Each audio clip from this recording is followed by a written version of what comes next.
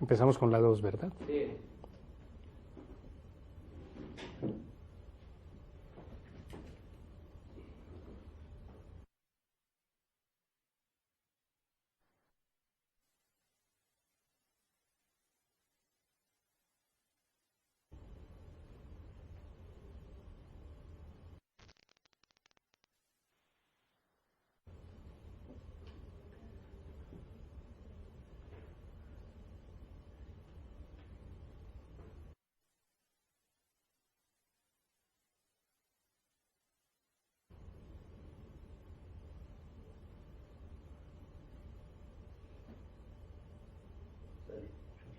Buenos días para todas y todos. Bienvenidos a la última sesión de esta unidad 2 del módulo 2 en el curso del control difuso de convencionalidad. Para mí es un verdadero gusto llegar a esta sesión final agradeciéndoles a cada una y cada uno de ustedes por su participación activa a lo largo de las 5 sesiones que hemos realizado, los 5 días de trabajo intenso que seguramente serán muy fructíferos para ustedes, tanto como lo han sido para mí.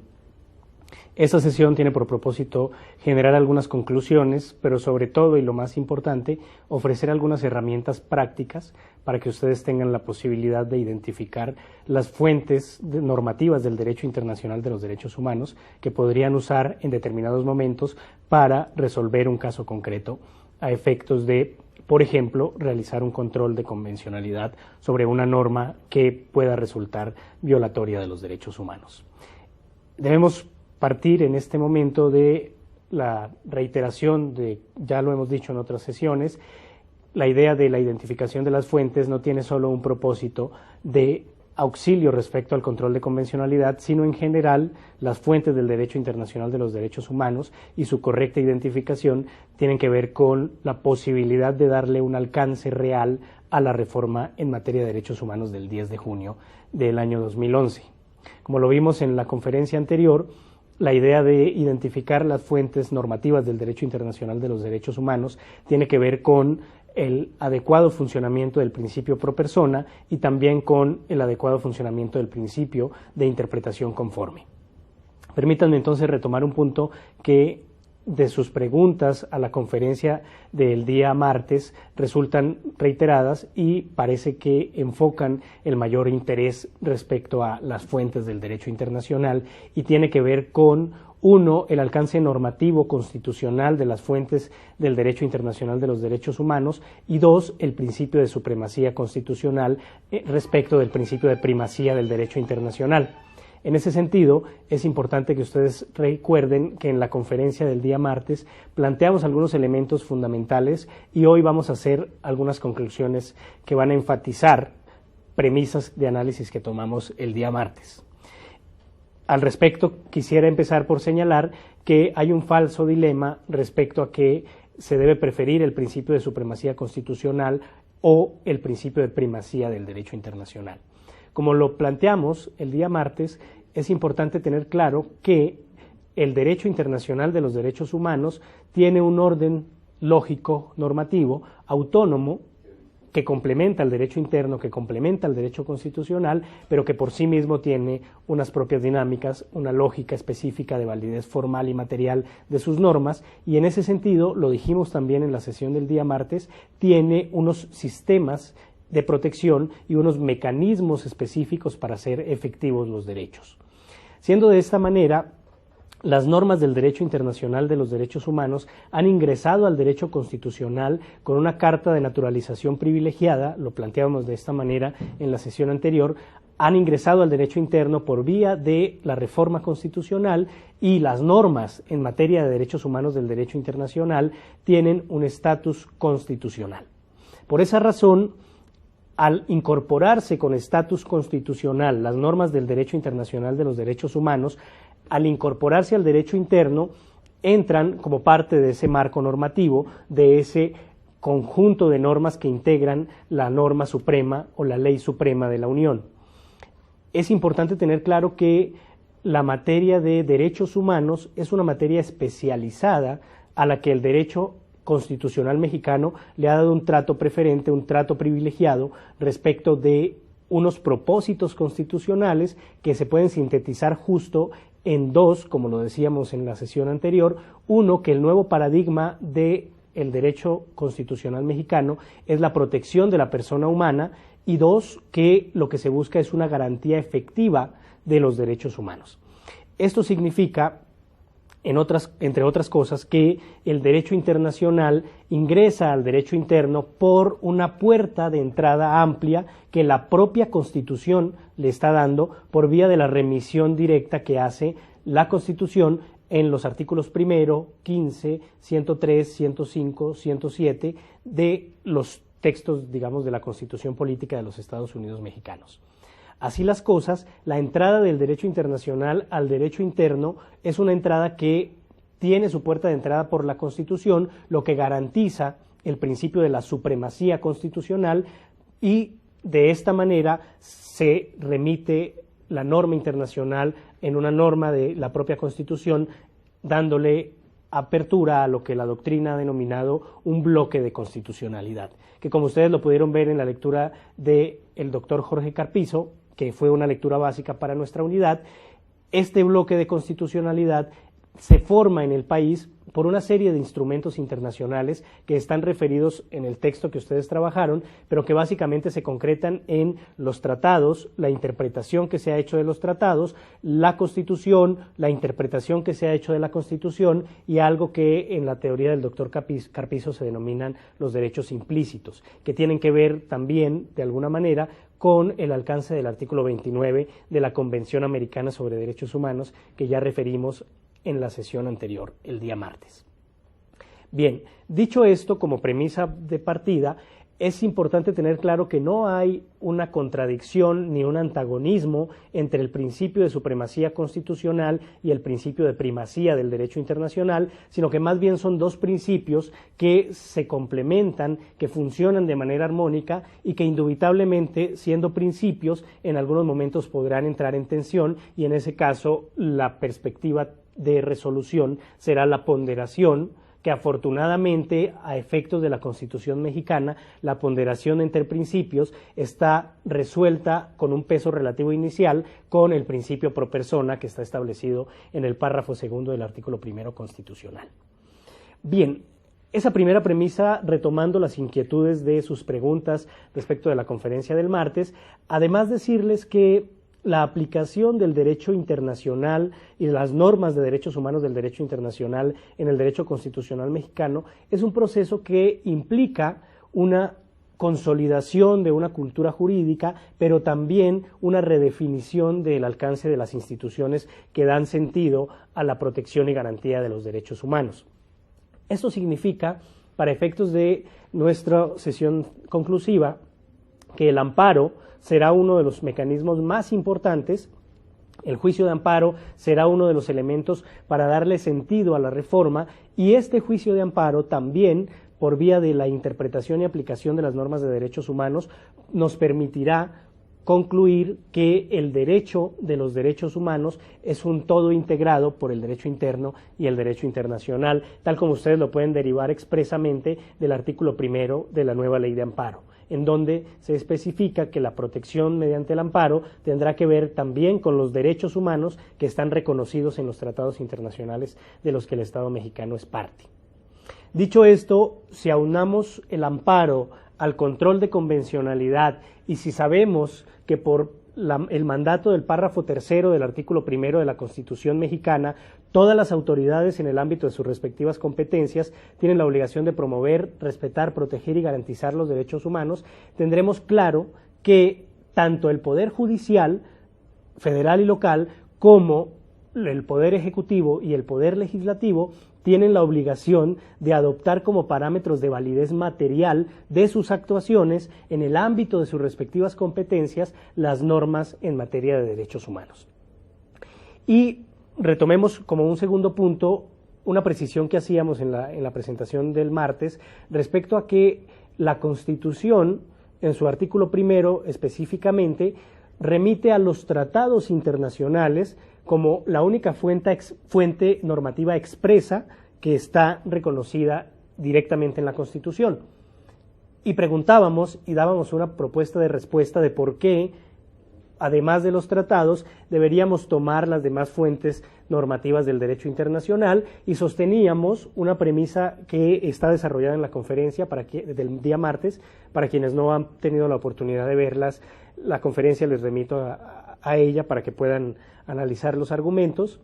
sin perjuicio de sostener que la premisa de análisis se fundamenta en que el contenido, el alcance y los límites de las normas de derechos humanos de los tratados no se puede concretar sin tener en cuenta el sistema jurídico al que pertenece el respectivo tratado. Decíamos que, por ejemplo, las normas de los tratados del sistema interamericano alcanzan un contenido y unos límites específicos respecto de la forma como se interpretan en el ámbito del sistema interamericano. Ello significa también, por supuesto, que cuando se va a interpretar la norma de un tratado internacional, cuando se ha tenido la necesidad de determinar el contenido y el alcance de una norma de un tratado internacional, se ha acudido a los órganos que los propios tratados interamericanos reconocen como legitimados para hacer la interpretación de las normas de los tratados. En otras palabras, la interpretación de los tratados en el sistema interamericano, en el ámbito internacional del sistema interamericano, está referida a normas concretas de la Convención Americana que le dan la competencia a la Comisión Interamericana y a la Corte Interamericana para interpretar las normas de los tratados. Ello entonces va a significar que si se requiere hacer la interpretación de una norma interamericana, el contenido, el alcance y los límites de esa norma interamericana se determina siguiendo el propio sistema al que pertenece. Y cuando decimos sistema al que pertenece, decimos las instituciones que hacen parte de ese sistema y decimos también el conjunto de fuentes normativas que a efectos del sistema interamericano se ha denominado corpus juris de los derechos humanos. Y también, por supuesto, cuando se va a interpretar una norma constitucional, la norma constitucional se interpretará en el marco del conjunto de normas constitucionales y de interpretaciones autorizadas que se dan en el sistema jurídico al que pertenece la norma constitucional. En otras palabras, cuando se va a interpretar una norma de la Constitución Política de los Estados Unidos Mexicanos, debemos ver dentro del sistema de fuentes del derecho interno, dentro de las leyes específicas que dan competencia a los órganos judiciales para la interpretación, y además, por supuesto, la interpretación autorizada que han hecho los órganos del Poder Judicial de la Federación, la Suprema Corte y los demás órganos del Poder Judicial de la Federación, a efectos de determinar contenido y alcance de las normas constitucionales y en general de las normas de derechos humanos del sistema interno. Esto nos da como resultado lo siguiente: podemos tener en un mismo caso una interpretación de naturaleza constitucional, una interpretación de naturaleza convencional a partir del sistema interamericano y una interpretación de naturaleza convencional a partir del sistema universal. Cuando tenemos esas interpretaciones en las que hemos hecho la delimitación del contenido, el alcance y los límites de los derechos a partir del sistema jurídico al que pertenece la norma de referencia que se comporta como parámetro de validez material para el control de convencionalidad o para el control de constitucionalidad o para la interpretación conforme o para cualquier operación jurídica que estemos realizando, cuando tenemos esas tres posibles interpretaciones, tenemos que identificar, a la luz del mandato específico del párrafo segundo del artículo primero de la Constitución, tenemos que identificar cuál es la interpretación que favorece la mayor protección de la persona y sus derechos, que sería el alcance específico del principio pro persona. O cuando tenemos tres interpretaciones respecto de una limitación o una restricción a un derecho, tenemos que identificar cuál de las tres interpretaciones, constitucional, convencional interamericana, convencional universal, cuál de esas tres interpretaciones o cuál de esas tres normas limita en menor medida posible el derecho que se pretende restringir o limitar. Bien, esto nos va a servir como punto de entrada para el tercer elemento que quisiéramos enfatizar, que es el conjunto de herramientas prácticas que nos van a servir para poder buscar la información que nos permita identificar las fuentes normativas del derecho internacional de los derechos humanos que podremos aplicar en los casos concretos. Esto implica, uno, reconocer que, como lo decíamos en la premisa anterior, el sistema internacional de los derechos humanos tiene sus propias estructuras de validez formal y material, tiene sus propias instituciones, tiene sus propias normas, tiene sus propias dinámicas de interpretación del derecho. Veíamos en la sesión del día martes que respecto de México hay dos sistemas internacionales de derechos humanos que son fundamentales. El primero, el sistema universal, que deriva de la Organización de las Naciones Unidas, y el sistema interamericano, en segundo lugar, que se consolida en la Organización de Estados Americanos. Respecto del sistema universal, habría que decir que hay varios órganos que se encargan de la interpretación y la aplicación de las normas, y en ese sentido que hay varias fuentes que podemos derivar del sistema universal. En primer lugar, la Asamblea General de la Organización de las Naciones Unidas presenta, digamos, periódicamente un conjunto de declaraciones y resoluciones que se aprueban por los Estados miembros de la organización y que permiten identificar una serie de compromisos internacionales que asumen los Estados a la luz de la comunidad internacional.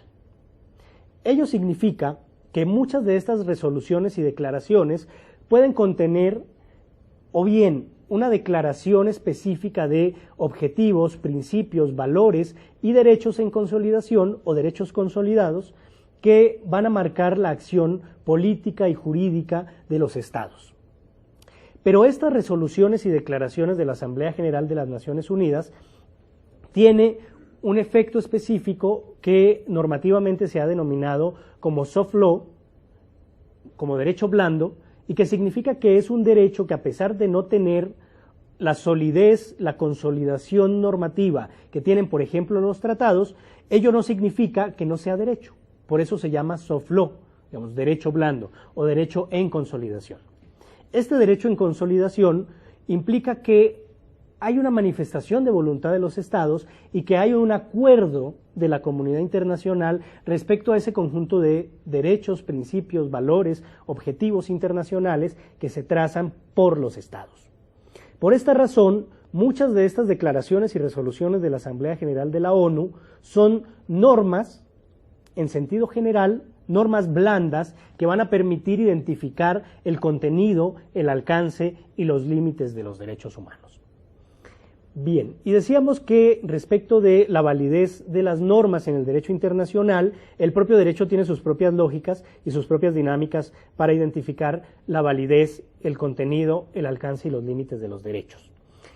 En el derecho internacional, evidentemente que una norma de soft law no va a servir para declarar la responsabilidad internacional del Estado por violar sus obligaciones. Pero ello no significa que los compromisos adquiridos en las resoluciones y declaraciones no deban ser cumplidos de buena fe. Por ello, el principio de buena fe respecto del soft law es fundamental. Pero en el efecto práctico, si ustedes revisan la jurisprudencia de la Corte Interamericana, que analiza específicamente la responsabilidad de los Estados por violar derechos humanos, van a encontrarse, y lo vieron específicamente en el caso Almonacid Arellano, que algunas y algunos de ustedes revisaron para esta unidad, lo encontraron, por ejemplo, en las citas al pie de página 124, 125, en la 123 inclusive, que la Corte toma como parámetro del derecho internacional algunas resoluciones y declaraciones de la Asamblea General de la Organización de las Naciones Unidas para identificar ciertos temas, el alcance, el contenido, los límites incluso de derechos concretos y de obligaciones concretas de los Estados. Entonces, en la práctica, la Corte Interamericana retoma el soft law no para tomarlo como parámetro de norma aplicable y derivar de él responsabilidad internacional, pero sí para darle contenido y alcance a las normas de la Convención Americana. La Corte Interamericana, en aplicación de este principio del que hemos hablado, del corpus juris de los derechos humanos, la Corte Interamericana ha usado el amplio marco normativo internacional como parámetro para definir el contenido y el alcance de las normas de derechos humanos. Por ello era muy importante ver el caso Almonacid Arellano, por eso sigue siendo muy importante revisarlo, pero también es importante revisarlo porque, como ustedes recordarán, es la primera sentencia en la que la Corte Interamericana aborda expresamente el control de convencionalidad como obligación de los Estados parte en la Convención Americana sobre Derechos Humanos. Bien, Estas resoluciones y declaraciones de la Asamblea General, si bien no son normas de imperativo cumplimiento, sí son normas que por principio de buena fe los estados están obligados a observar. Son compromisos internacionales del Estado que asume libremente, soberanamente, ante la comunidad internacional, en el foro público, en el debate público internacional, en la Asamblea General de la Organización de las Naciones Unidas. Dicho esto, las normas de soft law, específicamente las que derivan de las resoluciones y declaraciones de la Asamblea General de las Naciones Unidas, son una fuente básica, una fuente relevante, una fuente muy importante para que ustedes identifiquen cuáles normas de soft law pueden serles útiles en el momento de resolver un caso concreto.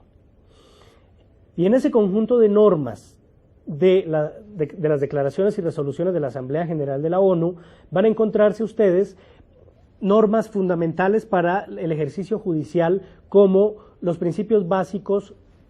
para la administración de justicia de menores o las reglas mínimas para el tratamiento de los reclusos, etcétera, etcétera. Digamos, en ese conjunto de normas de soft law encuentran ustedes principios y reglas que detallan, que definen ciertos compromisos internacionales que van a venir a ser el referente de derechos humanos concretos reconocidos, por ejemplo, en el Pacto Internacional de Derechos Civiles y Políticos.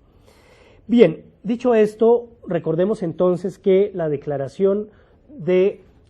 principios, de reglas por parte de la Asamblea General de las Naciones Unidas tiene un efecto normativo que, si bien no sirve en específico para una declaratoria de responsabilidad internacional de los estados, ello no significa que no sean normas en el sentido de acuerdo de voluntad de los estados en el derecho internacional, y tampoco significa que el Estado, y cuando decimos Estado nos referimos a todas las autoridades públicas que lo componen, tampoco significa que el Estado tenga la libertad de desconocer abiertamente esos compromisos internacionales, sobre todo por vigencia del principio de buena fe, que es un principio básico del derecho internacional público. Algunas resoluciones, para un segundo elemento de las fuentes y de los criterios para identificar las fuentes en el sistema universal, algunas resoluciones del Consejo de Seguridad de las Naciones Unidas llegan a tener relación directa o indirecta con el tema de derechos humanos y específicamente con el contenido y el alcance de los derechos. Recordarán ustedes que la creación de los tribunales ad hoc para Ruanda y la ex Yugoslavia fue al amparo de una resolución del Consejo de Seguridad de las Naciones Unidas, o más bien de dos resoluciones, una resolución de cada uno de los tribunales. Estos tribunales se crearon con el fin de combatir la impunidad frente a graves violaciones a derechos humanos, frente a crímenes internacionales que son parte de los temas protegidos por el derecho internacional humanitario. En ese sentido, diríamos que estas resoluciones que crean los tribunales ad hoc para Ruanda y la ex Yugoslavia son formas en que el Consejo de Derechos Humanos ha argumentado la búsqueda de la garantía efectiva de los derechos humanos, en específico del derecho de acceso a la justicia y del derecho que tienen las personas a que no exista impunidad respecto de las graves violaciones a derechos humanos. Bien, el Consejo de Seguridad, y esto es un punto de referencia importante para que ustedes puedan dimensionar la importancia de las resoluciones del Consejo de Seguridad, a diferencia de las de la Asamblea General, sí son obligatorias de pleno cumplimiento para los estados. Entonces, cualquier norma de derechos humanos que se encuentre en una resolución del Consejo de Seguridad de las Naciones Unidas es imperativa para los estados, a la luz de la Carta de la Organización de las Naciones Unidas, que es un tratado del que el Estado mexicano es parte. Entonces, estos dos órganos principales, más las recomendaciones del Consejo Económico y Social, las resoluciones del Consejo Económico y Social, que son también parte de aquel marco normativo del sistema universal, nos darían un primer referente de normas que desde el derecho internacional pueden estar desarrollando contenido y alcance de derechos humanos. Deberíamos decir entonces con claridad en este punto que no todas las resoluciones y declaraciones de las Naciones Unidas, de la Asamblea General, son declaraciones relacionadas con derechos humanos o resoluciones relacionadas con derechos humanos. No todas las resoluciones del Consejo de Seguridad son resoluciones relacionadas con el tema de derechos humanos. No todas las resoluciones, declaraciones del Consejo Económico y Social de las Naciones Unidas son resoluciones o declaraciones relacionadas con el tema de derechos humanos. Algunas sí. Por esto, en el portal de nuestro curso, específicamente en la parte de nuestra unidad, van a encontrar ustedes los vínculos de las páginas web de estos 3 organismos y de los demás organismos de los que vamos a hablar a lo largo de esta presentación. Sinteticemos hasta acá entonces, en el marco del sistema de las Naciones Unidas existen 3 órganos de este sistema que pueden desarrollar normas, fuentes del derecho internacional de los derechos humanos aplicables para dimensionar el contenido, el alcance y los límites de los derechos humanos.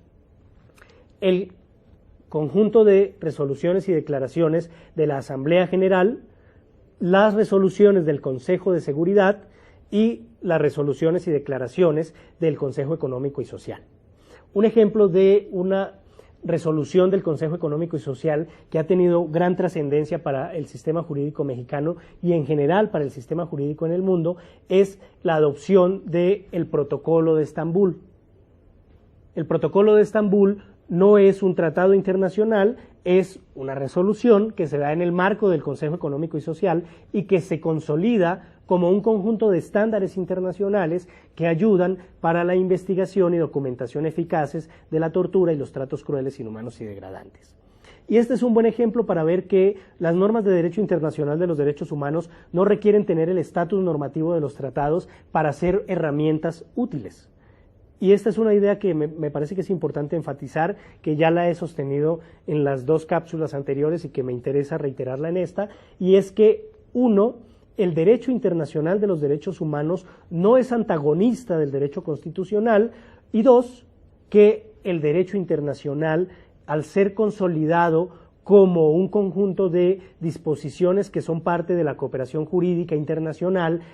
tienen por propósito ayudarle a los estados a resolver los problemas que de común tienen en su práctica interna, en su práctica judicial, en su práctica administrativa o en su práctica legislativa, como es el caso del Protocolo de Estambul, por solo citar un ejemplo.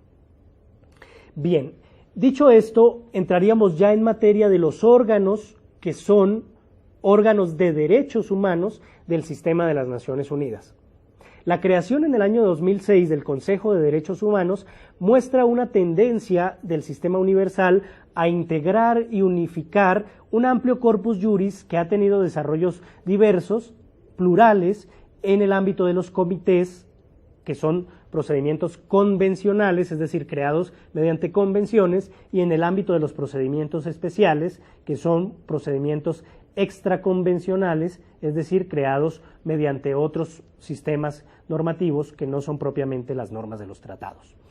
Bien,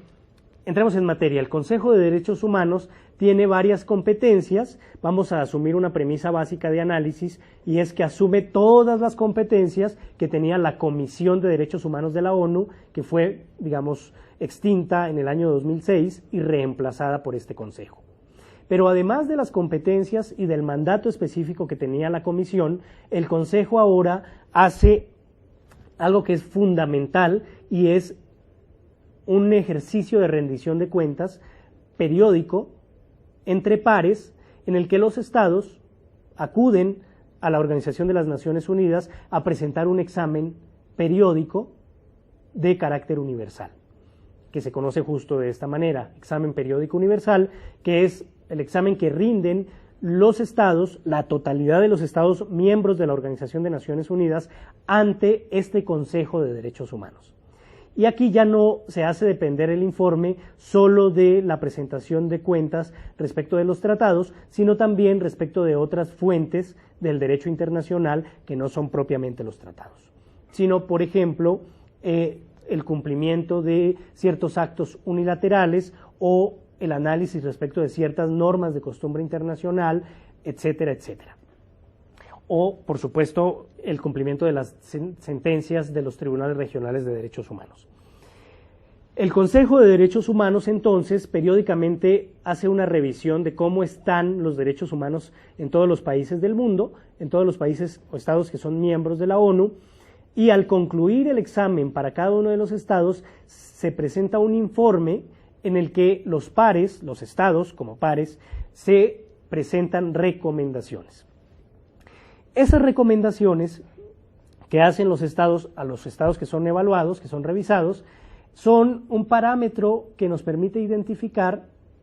cuáles son los principales puntos de preocupación respecto de los temas de derechos humanos en los países. Estas recomendaciones y el informe en su conjunto que se hace para cada estado, y recordemos que México ya presentó el primer examen periódico universal y que está por presentar el segundo este año, en el mes de junio, el escrito, y en julio o agosto la sustentación en Ginebra. Al rendir estos informes, en el Consejo de Derechos Humanos se le dan unas recomendaciones al Estado. Es importante que cualquier operador jurídico del derecho mexicano identifique cuáles son las recomendaciones que han surgido para México en el contexto de ese examen periódico universal. Hay una página web que también estará en nuestra plataforma del curso de la unidad, en donde ustedes podrán consultar los informes respecto de México y cuáles son las recomendaciones que ha recibido el Estado mexicano en materia de derechos humanos. El Consejo de Derechos Humanos también tiene la potestad de emitir recomendaciones, pero más importante que esto, de presentar ciertas resoluciones que se dan en el desarrollo de su mandato, y esas resoluciones pueden tener también contenidos normativos respecto de los derechos humanos. Por eso es importante que tengan presente que tanto las recomendaciones que surgen del examen periódico universal, por un lado, como las resoluciones del Consejo de Derechos Humanos son fuentes normativas del derecho internacional de los derechos humanos que en determinado momento nos pueden dar la posibilidad de identificar contenidos y alcances de los derechos. La siguiente fuente que queremos analizar, o las fuentes que queremos analizar, derivan de lo que conocemos como procedimientos o mecanismos convencionales del sistema de la ONU. Antes de entrar en los mecanismos convencionales, hagamos una síntesis de lo que se ha dicho hasta ahora. Hemos dicho que en el sistema de las Naciones Unidas existen hasta ahora 4 órganos que pueden tener en sus resoluciones, declaraciones y en general en el desarrollo de sus mandatos normas relacionadas con derechos humanos que le permitirán al intérprete interno, al aplicador del derecho interno, tener un parámetro específico para el análisis de convencionalidad. Esos 4 órganos son la Asamblea General, el Consejo de Seguridad, el Consejo Económico y Social y el Consejo de Derechos Humanos, que antes se denominaba Comisión de Derechos Humanos. Ahora estamos entrando ya, a partir del Consejo de Derechos Humanos, en los órganos del sistema universal que, en razón de su materia, son órganos de derechos humanos. El Consejo de Derechos Humanos, que su propio nombre nos lo indica, y los comités, que se conocen como procedimientos convencionales o mecanismos convencionales, y que se llaman mecanismos convencionales justo porque son creados mediante convenciones, esto es, mediante tratados. Y decíamos en la sesión del martes que a efectos de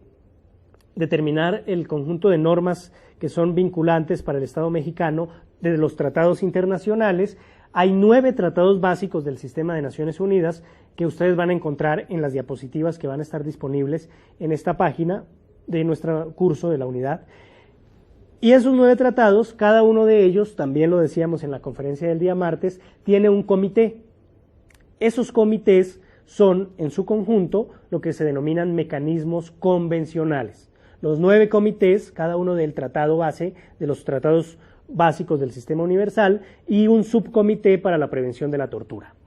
Estos 9 comités más el subcomité tienen un mandato específico y producen una serie de disposiciones, una serie de fuentes de interpretación y aplicación de los derechos humanos que están en los tratados. Los tratados del sistema universal, estos 9 tratados básicos, nos sirven para dimensionar el alcance del artículo primero, párrafo segundo. Recuerden que lo que dice el párrafo segundo referido es que las normas de derechos humanos en México se interpretarán de conformidad con la Constitución y con los tratados internacionales en materia de derechos humanos. Estos 9 son tratados internacionales en materia de derechos humanos. Junto con, lo decíamos también en la sesión del martes, junto con los 7 tratados básicos del sistema interamericano, de los que ya vamos a hablar más adelante. Bien, estos 9 tratados y los comités que se encargan de su interpretación y aplicación nos pueden permitir identificar otras fuentes normativas que derivan de la acción y del mandato específico de los comités. Dejemos entre corchetes el subcomité porque no tiene los mismos componentes, las mismas facultades de los comités, tiene más bien, como su nombre lo indica, un mandato de prevención y de apoyo a los estados para evitar que ocurra la tortura, pero los comités van a tener una serie de competencias más amplias que, y aquí hay que hacer un paréntesis como punto de partida, que deriva expresamente de normas de los tratados de los que habla el párrafo segundo del artículo primero, que son tratados que deben suscribir libremente los estados y que la competencia para esos comités es asignada mediante una norma que tiene el valor de tratado. Por lo tanto, cuando el párrafo primero del artículo primero de la Constitución habla de los derechos humanos y sus garantías, podríamos decir con toda contundencia que los comités del sistema de las Naciones Unidas son garantías específicas reconocidas en los tratados internacionales en materia de derechos humanos que están, digamos, en el ámbito del sistema universal. Para entender esta última afirmación, les invito a revisitar el artículo primero, párrafo primero de la Constitución, del artículo primero, párrafo primero de la Constitución, en el que ustedes van a encontrar que, en efecto, esta norma remite a la garantía efectiva de los derechos humanos y sus garantías reconocidas en la Constitución y en los tratados internacionales. Entonces, cuando hablamos de los comités, hablamos desde la lógica del derecho internacional, de mecanismos convencionales y desde la lógica del derecho constitucional mexicano, de garantías específicas del ámbito internacional que tienen un estatus constitucional reconocido en el párrafo primero del artículo primero de la Constitución. Siendo de esta manera, los comités, y específicamente los comités de las Naciones Unidas, tienen por lo menos 3 diferentes fuentes que tienen alcances diferenciados y que vamos a intentar resumir a continuación. En primer lugar, debemos decir que por aplicación efectiva de los tratados que sirven de base a los comités, por aplicación de esos tratados, los estados tienen la obligación de rendir informes con cierta periodicidad, dependiendo del tratado, al comité. Es decir, el comité es un órgano de supervisión y vigilancia del cumplimiento de las obligaciones al que los estados deben rendir informes periódicos. Como resultado de esos informes, el comité remite unas recomendaciones específicas a los estados. Esas recomendaciones, que son informes de los comités, llegan a los países, son documentos públicos que están, ustedes lo pueden encontrar en la página web de los comités, páginas que también estarán disponibles en la plataforma de nuestro curso, de la unidad 2 del módulo 2. Esas recomendaciones, además de establecer líneas de acción derivadas del tratado por parte del comité, también determina un cierto conjunto normativo de estándares internacionales que dan base a esas recomendaciones. En otras palabras, el comité, al hacer las recomendaciones a los estados, está identificando cuál es el contenido, el alcance, los límites de los derechos y de las obligaciones, y por esa razón, con ese estándar de interpretación, le plantea las recomendaciones. Por lo tanto, es fundamental revisar los informes que se presentan por parte de los estados ante los comités y las recomendaciones que presentan el comité o los comités a los estados para efectos de ese mecanismo que tiene el sistema universal en los comités de apoyar a los estados mediante la expedición de recomendaciones puntuales en el tema del que se trate la norma concreta que se está interpretando, el tratado concreto que se está interpretando. Bien, como resultado de ese conjunto de informes periódicos que presentan los estados a los comités, resulta claro para el comité específico, recordemos que hay 9 comités, para cada uno de ellos es similar, aunque hay algunos comités que apenas están empezando su funcionamiento, otros que ya llevan muchos años, como el Comité de Derechos Humanos, pero lo cierto es que como resultado de los informes que presentan los estados, el comité va identificando ciertos temas que son de particular interés y de particular dificultad para entender su contenido, su alcance o sus límites, y por ejemplo, hace, respecto de las normas concretas, observaciones generales, que son normas de interpretación de las normas de los tratados, que son estándares interpretativos del órgano internacional que los estados crearon para efectos de interpretar las normas de los tratados. Seguir los estándares interpretativos de los comités de las Naciones Unidas implica darle realización al objeto y fin del tratado. Veíamos que este tema es importante en la interpretación de los tratados a la luz de la Convención de Viena del 69, darle una materialización efectiva al objeto y fin del tratado que crea el órgano internacional.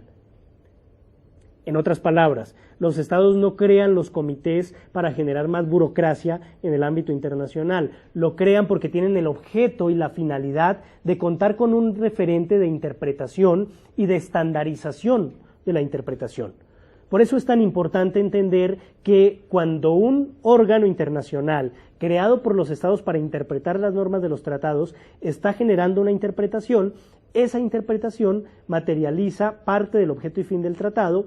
que va a depender la plena realización del objeto y fin de que el Estado que ayudó a crear el comité, que participa en la selección de los integrantes del comité, cumpla y aplique esas interpretaciones, porque de lo contrario el Estado está frustrando el objeto y fin del tratado que él mismo ayudó a crear, lo que tiene hondas implicaciones respecto al principio de buena fe del derecho internacional.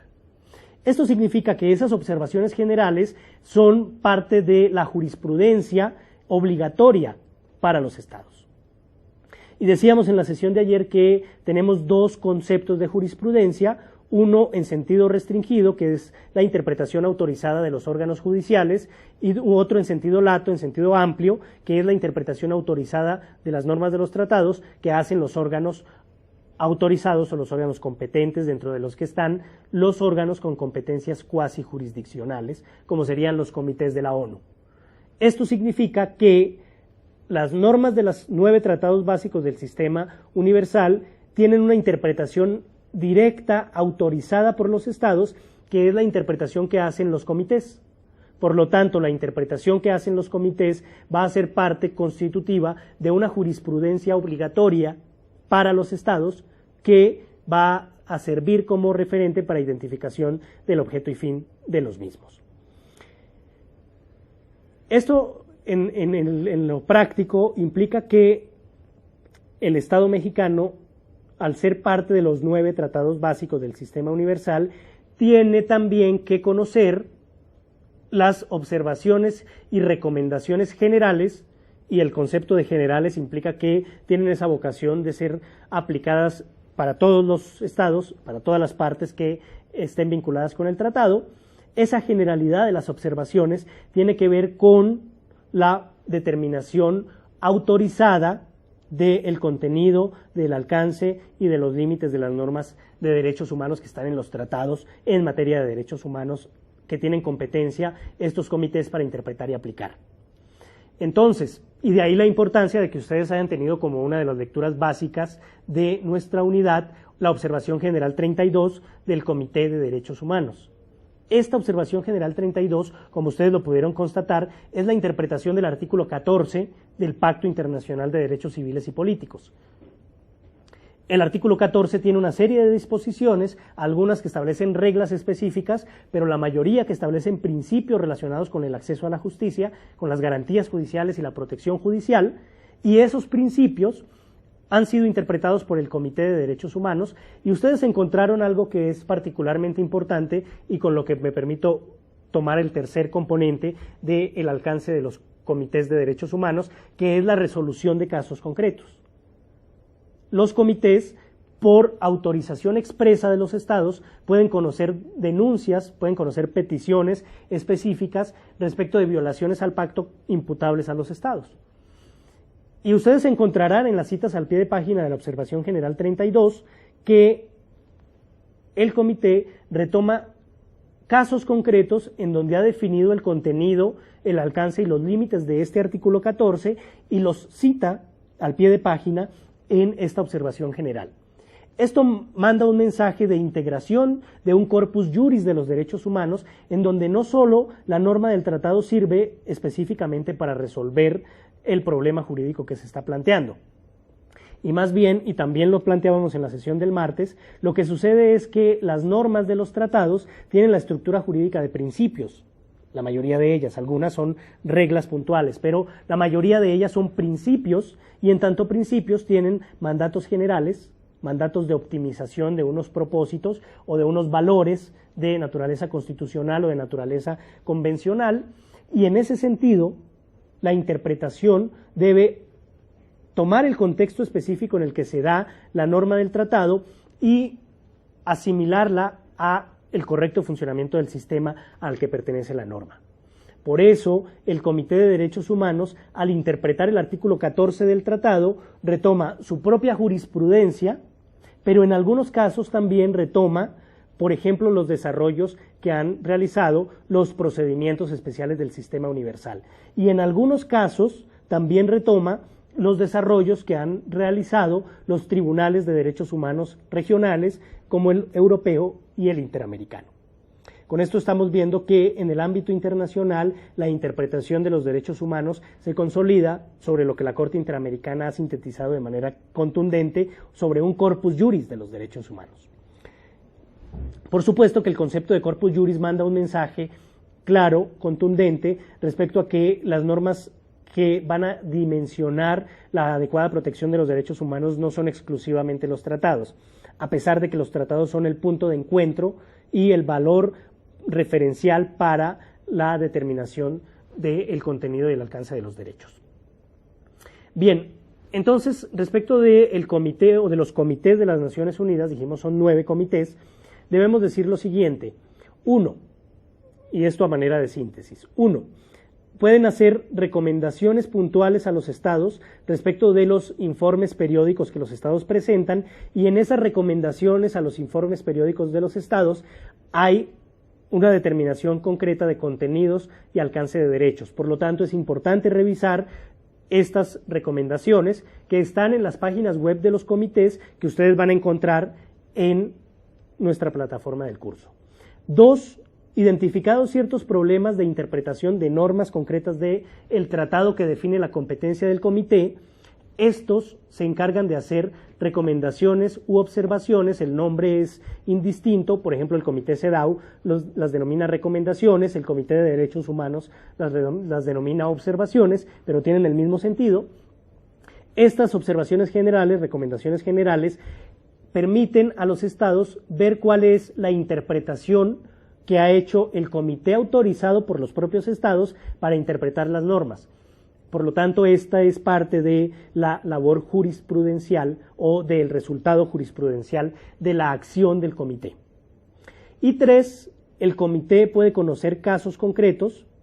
y al comité le aplica también el requisito de agotamiento de recursos internos que le aplica a la Comisión Interamericana, que veremos más adelante. El comité o los comités en general, los 9 ya tienen la posibilidad por ciertos protocolos específicos que le han otorgado esa posibilidad. Los 9 ya tienen la posibilidad de conocer casos concretos por violaciones a derechos de los tratados que sirven como referente. Entonces, como resultado de las recomendaciones de los informes periódicos, como resultado de la interpretación mediante observaciones y recomendaciones generales, como jurisprudencia en casos concretos, los 9 comités del sistema de las Naciones Unidas presentan en sus diferentes mandatos o en sus diferentes componentes del mandato que tienen, a la luz del tratado que les da origen, que por ejemplo para el Comité contra la Tortura es la Convención contra la Tortura de la ONU. A la luz del tratado tienen estos 3 componentes de funciones y sobre esa base expresan su competencia bajo fuentes normativas específicas, ya sea en el ámbito jurisprudencial o si se quiere, como resultado de una competencia asignada por el tratado, que sería la competencia de recomendaciones específicas a los estados en los informes que se hacen periódicamente ante los comités. Bien, asimismo, los comités van a tener la posibilidad de, en los casos concretos que resuelven, hacer recomendaciones puntuales a los estados respecto del caso concreto. Esto significa, al igual que la discusión respecto a la jurisprudencia de la Corte Interamericana, que cuando los comités hacen la interpretación de las normas del tratado, no están haciendo una interpretación que tenga la vocación de ser aplicable solo al Estado, que es parte del litigio. La interpretación que hacen los comités es una interpretación, digamos, de cierre, es una interpretación sin posibilidad de tener una interpretación mayor autorizada. Los comités son los que definen con vocación de autoridad el contenido, el alcance y los límites de los derechos y las obligaciones, y por lo tanto esa interpretación, digamos que la parte considerativa, la parte que presenta el análisis de fondo de las violaciones, esa determinación de estándares internacionales de referencia para saber si el Estado violó o no violó los derechos, esos estándares que se definen en las decisiones de los comités también son obligatorios para todos los estados. Aquí hay que ser honestos, hay que decir que esta no es una interpretación pacífica, como no lo es la interpretación de que todas las sentencias de la Corte Interamericana son obligatorias.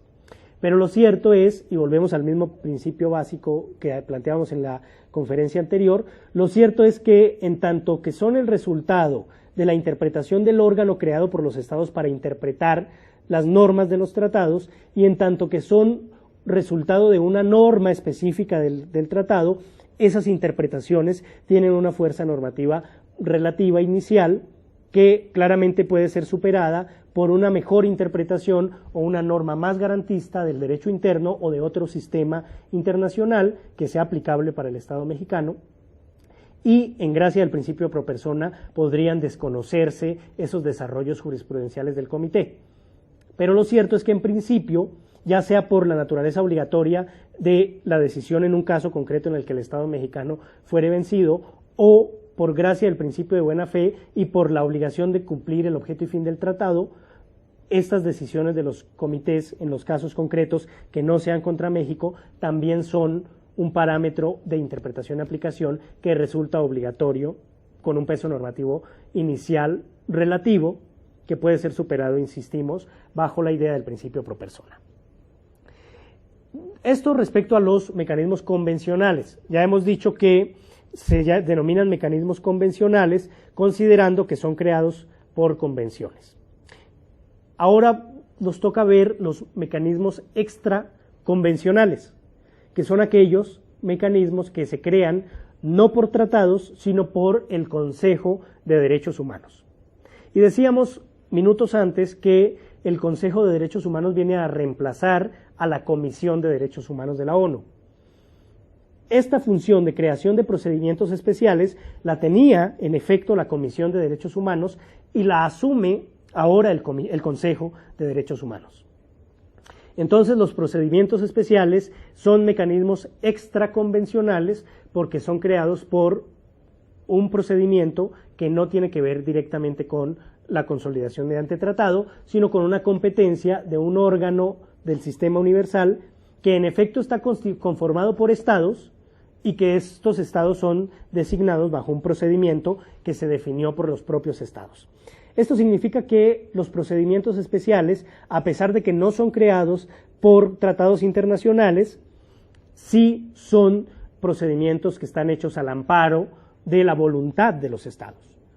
Que volvemos al mismo debate del soft law respecto del hard law, del soft law como declaraciones y resoluciones frente a los tratados, en donde si bien los tratados son, digamos, normas exigibles por sí mismas, directamente justiciables, las resoluciones y declaraciones no son solo declaraciones de buena voluntad, sino compromisos internacionales. Y en ese sentido, todo el sistema de procedimientos especiales se ha creado al amparo de la voluntad de los estados, y por voluntad de los estados los procedimientos especiales cumplen sus mandatos. Decíamos en la conferencia del martes que existen a la fecha aproximadamente 40 procedimientos especiales temáticos. Esto significa que existen otras formas de procedimientos especiales que se denominan por país. En América solo hay un procedimiento especial por país, que es el caso de Haití, y en cambio, respecto a los procedimientos temáticos, cualquiera de los 40 que hay a la fecha servirían a los operadores jurídicos mexicanos para definir contenido y alcance de derechos. Y entonces la pregunta recurrente en este caso es, ¿son obligatorios los documentos que resultan de los procedimientos especiales? Y anticipábamos una respuesta en la sesión del martes, decíamos, no son obligatorios en sentido estricto, pero sí son obligatorios en tanto que se producen al amparo de la voluntad de los estados. Entonces, son obligatorios en sentido blando, parte, digamos, de ese soft law, pero también, digamos, que tienen un estatus jurídico específico, que lo veíamos en la presentación del día martes, como doctrina especializada, que tiene una naturaleza jurídica específica, propia.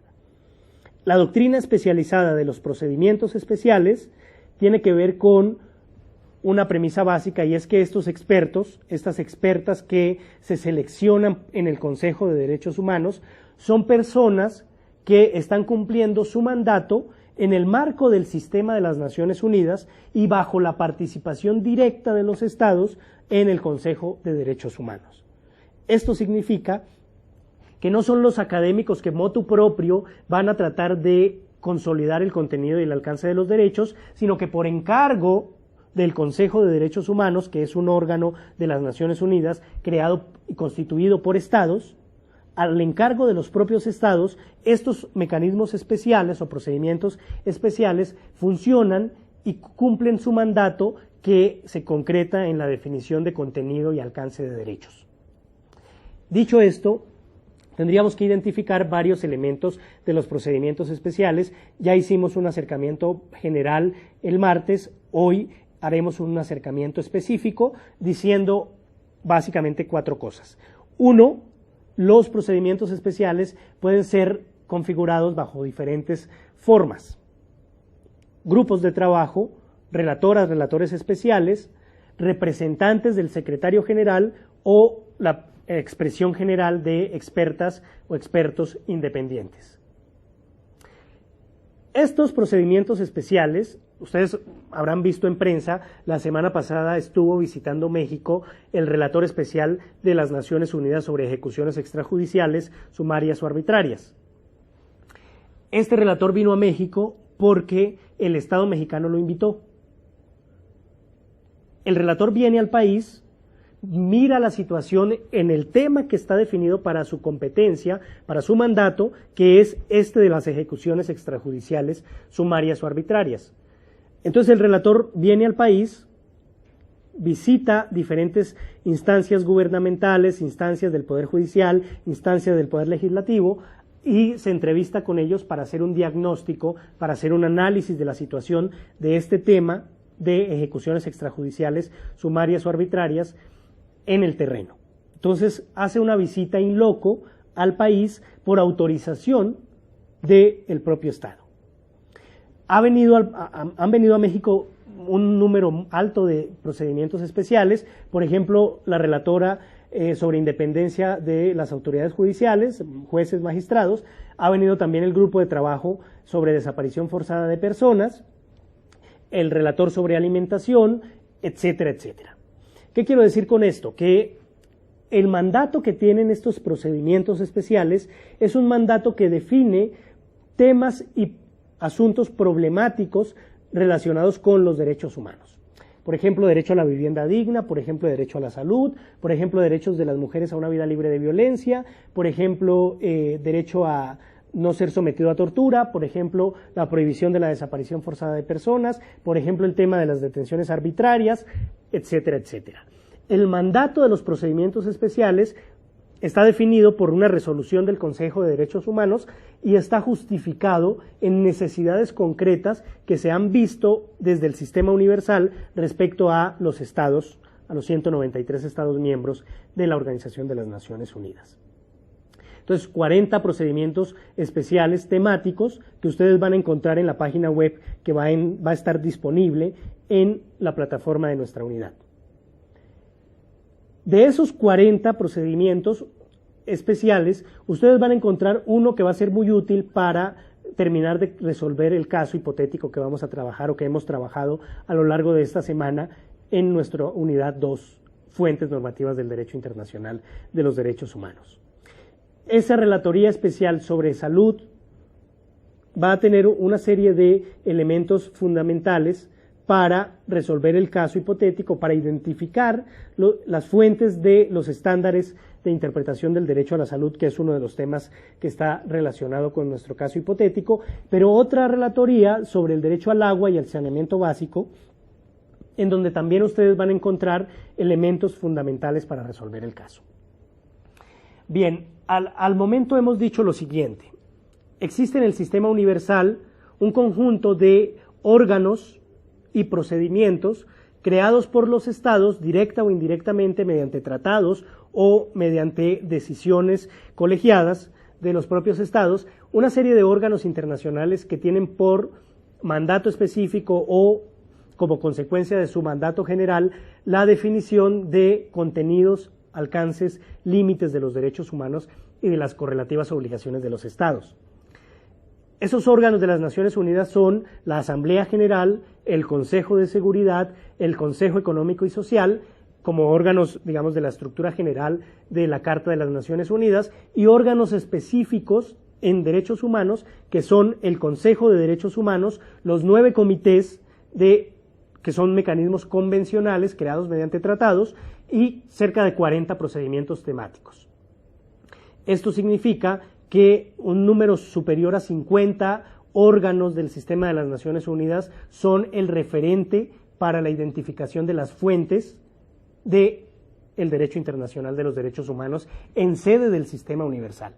Que esos 50 son los que acabo de enlistar, los 40 procedimientos especiales. Por supuesto que no todos los 50 órganos estarán focalizados para un caso concreto. Habrá que revisar cuáles son los temas que trabaja cada uno de estos órganos y, por ejemplo, para el caso que nos ocupa, el caso hipotético que resolveremos,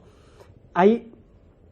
algunas disposiciones del Pacto Internacional de Derechos Civiles y Políticos, pero particularmente algunas disposiciones del Pacto Internacional de Derechos Económicos, Sociales y Culturales que tienen que ver con derecho a la salud, con derecho a la vivienda, con derecho a un ambiente sano, que son aplicables para el caso concreto. Y la interpretación que de esas normas ha hecho el Comité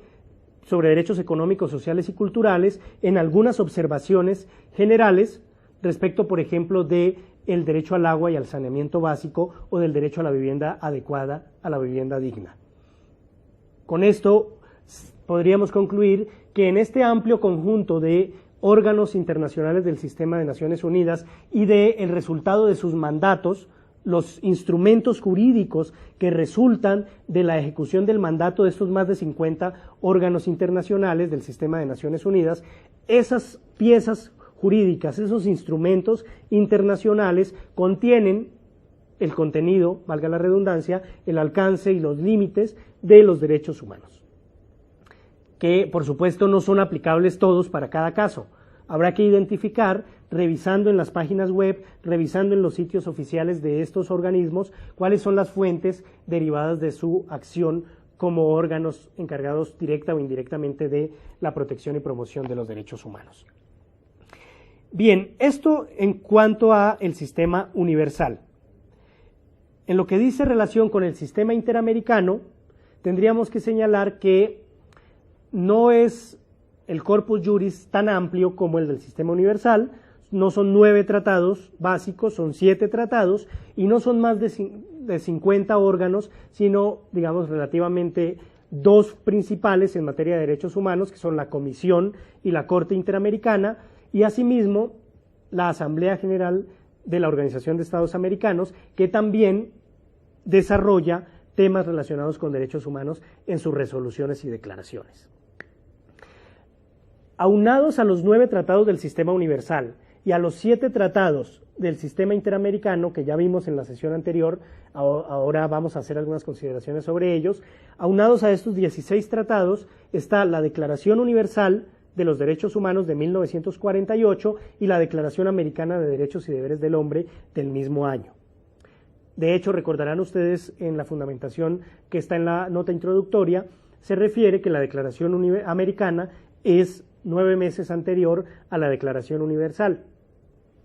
Estos 18 instrumentos internacionales, esto es, las 2 declaraciones de 48, más los 16 tratados, 9 del Sistema Universal, 7 del Sistema Interamericano, son un parámetro normativo básico, fundamental, para entender el artículo primero, párrafo segundo de la Constitución. Plenamente conscientes de que este párrafo segundo nos da un mandato de interpretación conforme a los tratados y las 2 declaraciones no son propiamente normas de tratados, lo cierto es que estas 2 declaraciones son normas de costumbre internacional que van a servir también como parámetro de validez de las normas y también contienen, según cierto sector de la doctrina y la jurisprudencia internacional, normas de jus cogens. Digamos, el parámetro normativo básico del derecho internacional de los derechos humanos y los tratados internacionales en materia de derechos humanos serían los 16 tratados, 9 del Sistema Universal, 7 del Sistema Interamericano, y para su interpretación deberíamos acudir siempre a el sistema normativo al que pertenecen y los órganos creados por los propios estados para determinar la interpretación, su contenido y su alcance. En materia, respecto del sistema interamericano, debemos decir que la Asamblea General de la OEA establece ciertas recomendaciones, ciertas declaraciones, como sería el caso de la Carta Democrática Interamericana que señalábamos en la conferencia anterior,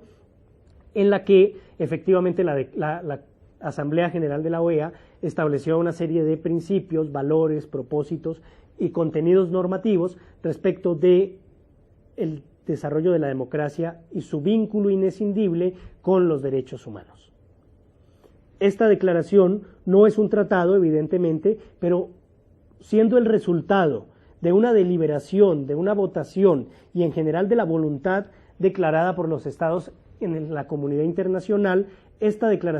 resolución de la Asamblea General de la OEA es una norma específica que deriva del sistema interamericano y que sirve a las autoridades judiciales como parámetro para, por ejemplo, la identificación del alcance de los derechos políticos en el hemisferio americano,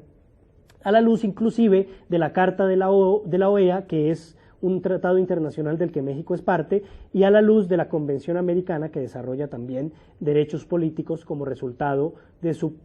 relación en el ámbito interamericano. En el sistema interamericano contaríamos entonces con la Comisión y con la Corte Interamericanas como órganos encargados de interpretar y aplicar las normas de los 7 tratados básicos más las normas de la Declaración Americana de Derechos y Deberes del Hombre de 1948.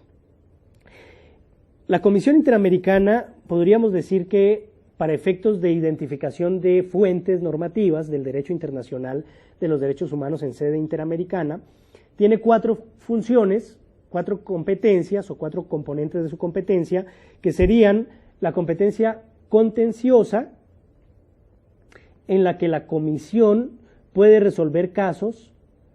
sobre denuncias que presenten cualquier persona contra estados miembros de la OEA, en general. La Comisión puede conocer casos contra cualquier estado que pertenezca a la Organización de Estados Americanos, incluyendo Estados Unidos, Canadá y Cuba. Sin embargo, los casos que conoce la Comisión contra estos estados que todavía no son parte en la Convención Americana sobre Derechos Humanos, en el tratado, los conoce la Comisión por vía del alcance de la Declaración Americana de los Derechos y Deberes del Hombre, lo que confirma la obligatoriedad de la Declaración Americana en el sistema interamericano, al punto que un Estado puede ser declarado responsable por violar derechos humanos, tal como en efecto ha sucedido con Estados Unidos, Canadá y Cuba, en la Comisión Interamericana por violar normas de la declaración. Pese a que la declaración no sea un tratado formalmente declarado, lo cierto es que se reconoce por la comunidad internacional interamericana como un tratado plenamente obligatorio que puede ser incluso una norma de referencia para declarar violados los derechos humanos en los estados que no son parte en los tratados en materia de derechos humanos. La declaración entonces es una norma fundamental del sistema interamericano que, si ustedes miran el artículo 29 que analizamos en la conferencia del martes,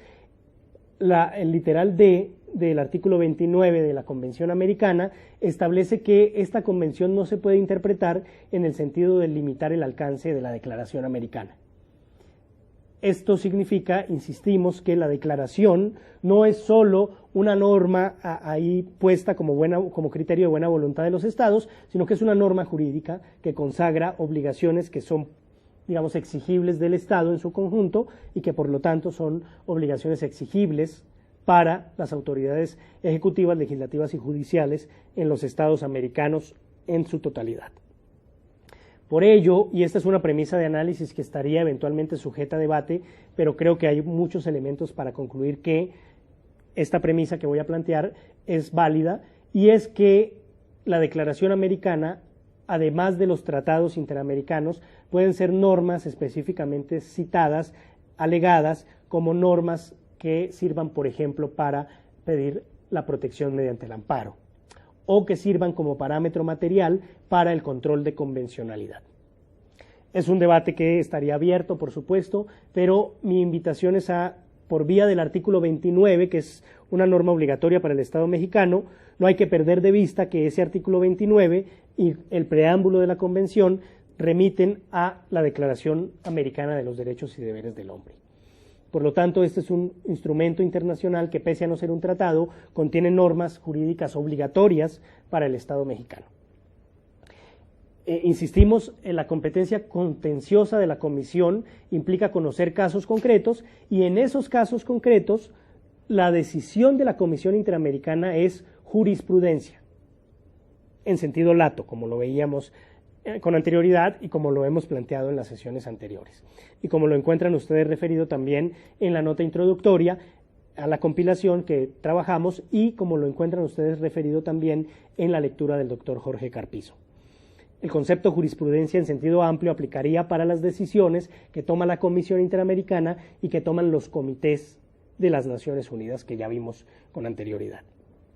Entonces, como fuente fundamental para el tema de derechos humanos, considerando que lo que hace la Comisión al resolver casos concretos es interpretar y aplicar los tratados de los que son parte los estados. Para el caso mexicano es parte en todos los tratados del sistema interamericano, los 7 tratados básicos. Por lo tanto, cualquier interpretación que se hace por la Comisión Interamericana en un caso concreto, aunque no sea contra México, es una interpretación que tiene por propósito definir contenido, alcance y límites de derechos, es decir, estandarizar la interpretación de las normas de los tratados o de la Declaración Americana, y en ese sentido esas interpretaciones son obligatorias para el Estado. No así los mandatos específicos del caso concreto, en donde por supuesto solo tendrá efectos interpartes. Esto significa en la teoría del derecho constitucional, pero en la teoría del derecho en general, que los efectos de las sentencias pueden ser interpares, interpartes o erga omnes. En lo que tiene que ver con los estándares de interpretación de los derechos, se sostiene que el efecto es erga omnes. Y por supuesto la parte resolutiva de las sentencias, y no podría ser de otra forma, la parte resolutiva de las sentencias contiene efectos estrictamente interpartes. Bien, dicho esto, que es un argumento teórico porque tiene unos efectos prácticos contundentes, no quisiera encasillar este punto de la discusión en si la jurisprudencia stricto sensu o lato sensu es obligatoria si es contra México, o si no es contra México solo es criterio orientador. Ahí están las dos hipótesis posibles. Lo cierto es que tanto si es orientadora como si es obligatoria, la jurisprudencia es una fuente normativa del derecho internacional de los derechos humanos, y lo más importante, siendo fuente normativa, es una de las opciones para el principio pro persona. Si la jurisprudencia resulta ser la norma o la interpretación más protectora, deberá preferirse. Y cuando decimos norma en sentido general, en sentido de mandato derivado del sistema jurídico. La Comisión Interamericana también tiene una competencia consultiva. En algún número muy limitado de casos, 2, que conozca quien les habla, estados partes en la convención le han solicitado a la Comisión Interamericana que rinda opiniones sobre temas puntuales. Por ejemplo, por ahí en el año 2009, el Estado colombiano le solicitó a la Comisión Interamericana que, en sede de su función consultiva, revisara un proyecto de reglamento de reparaciones administrativas que se estaba discutiendo en ese país. Esa discusión implicó que la Comisión Interamericana hiciera un informe en el que rendía una opinión jurídica fundada en el marco normativo interamericano respecto a un tema jurídico específico, a una norma en proyecto que se estaba discutiendo en Colombia, y la estructura de ese documento, ustedes lo van a notar cuando hagan su revisión, la estructura de este documento implica que la Comisión establece los estándares interpretativos aplicables y luego va confrontando esos estándares con la norma concreta que se sometió a su consideración, a su opinión. Esto es parte del desarrollo jurisprudencial que hace la Comisión como intérprete autorizada de la Convención y de la Declaración Americana. ¿Son obligatorias las opiniones consultivas de la Comisión? Pues digamos que en estricto sentido no, pero por contener un mandato de interpretación, la Convención Americana, y por ser resultado de ese mandato de interpretación, los estados están obligados a seguirlas. No porque el instrumento jurídico por sí mismo sea obligatorio, sino porque es el resultado de la ejecución de una norma de la Convención Americana, y en ese sentido, porque por principio de buena fe, la selección de los comisionados se hizo al amparo de un tratado, siguiendo las reglas del tratado, con la propuesta de los candidatos hecha por los estados y con la selección de los comisionados hecha por parte de los propios estados en la Asamblea General de la OEA. Cuando el Estado participa, cuando el Estado delibera, cuando el Estado vota, cuando el Estado asume compromisos, cuando el Estado toma decisiones que, pese a que no son tratados, están estableciendo criterios normativos, el Estado está obligado a cumplir esos compromisos internacionales de buena fe. Y la identificación de estas decisiones o de estas opiniones de la Comisión y el sentido que le da a las interpretaciones tiene un efecto jurídico que debe ser reconocido. Sin embargo, la idea fundamental que ha orientado estas sesiones es que el debate constitucional hoy en México debe trascender la discusión de la jerarquía entre las normas y debe buscar la realización de principios y valores que están en la Constitución mexicana, y que para esos propósitos lo que tenemos como un elemento claro es que existe un principio optimizador del derecho constitucional y del derecho internacional, que es el principio pro persona. Entonces, vamos a decir que si una interpretación hecha por la Comisión Interamericana, ya sea en el ámbito de lo contencioso o de lo consultivo, consagra un criterio de interpretación más protector, más amplio, con mejores argumentos y que permite, por supuesto, la mayor protección de las personas, pues deberá preferirse ese criterio por sobre, por ejemplo, un criterio de la Corte Interamericana o sobre un criterio de, por ejemplo, la Suprema Corte de Justicia Mexicana.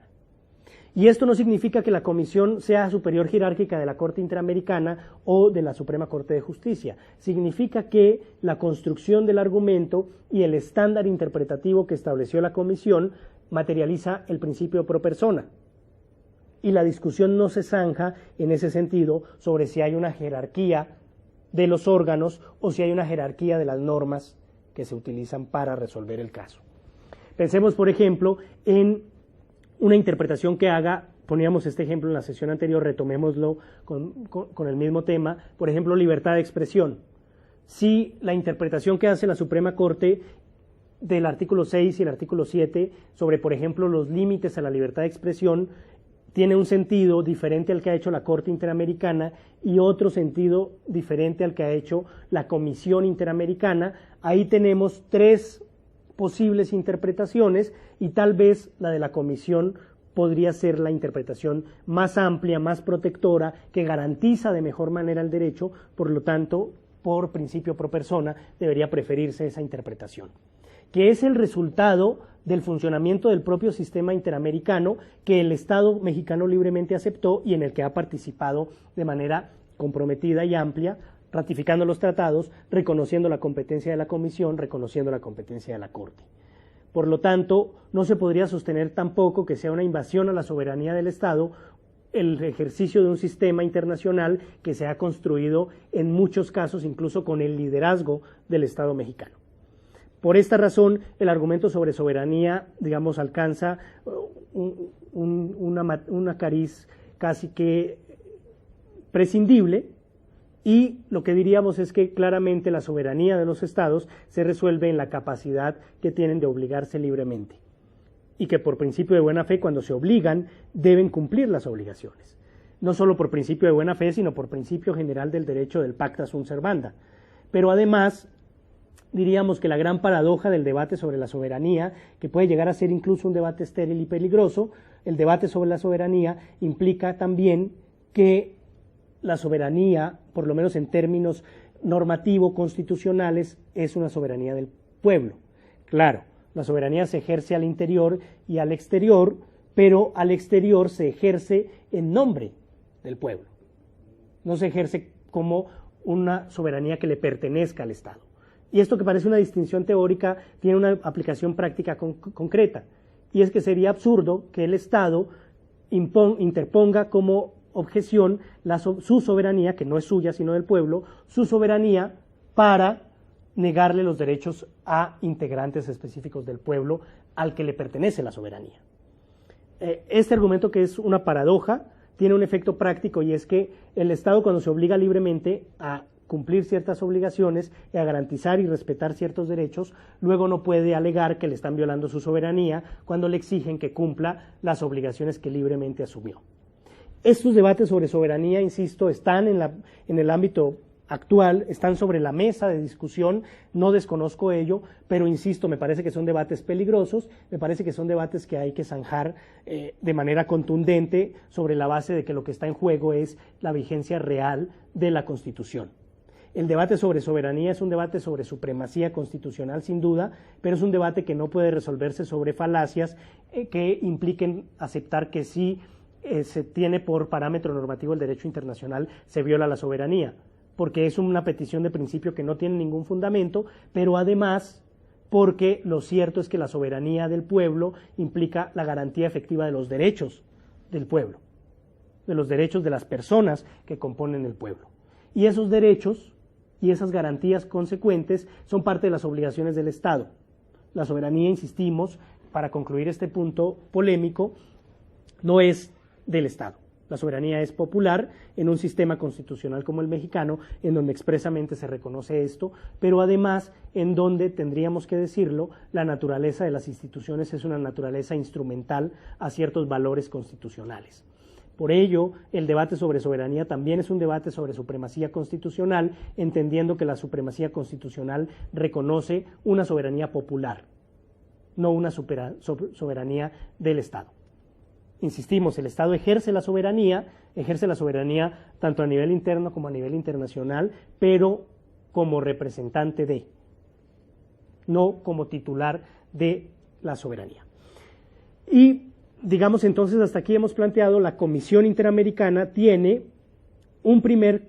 componente competencial, que es la competencia contenciosa, un segundo componente competencial, que es la competencia consultiva, y diríamos también que tiene una función, una tercera componente de su competencia, que es la competencia precautelativa o preventiva, que se da mediante las medidas cautelares. Las resoluciones de medidas cautelares, los informes que emite la Comisión sobre medidas cautelares, tienen que ver con una protección específica para casos concretos, para evitar que se violen los derechos o que se consumen o se sigan consumando violaciones concretas. En algunos de estos informes, la Comisión establece el contenido, el estándar internacional que le sirve para solicitarle al Estado que adopte medidas de protección, medidas cautelares. Esa definición del estándar también nos puede servir como un instrumento internacional que define contenido y alcance de derechos. Y por último, diríamos, también tiene dentro de sus funciones la Comisión Interamericana la de promover los derechos humanos. Y en este sentido encuentran ustedes una serie de informes temáticos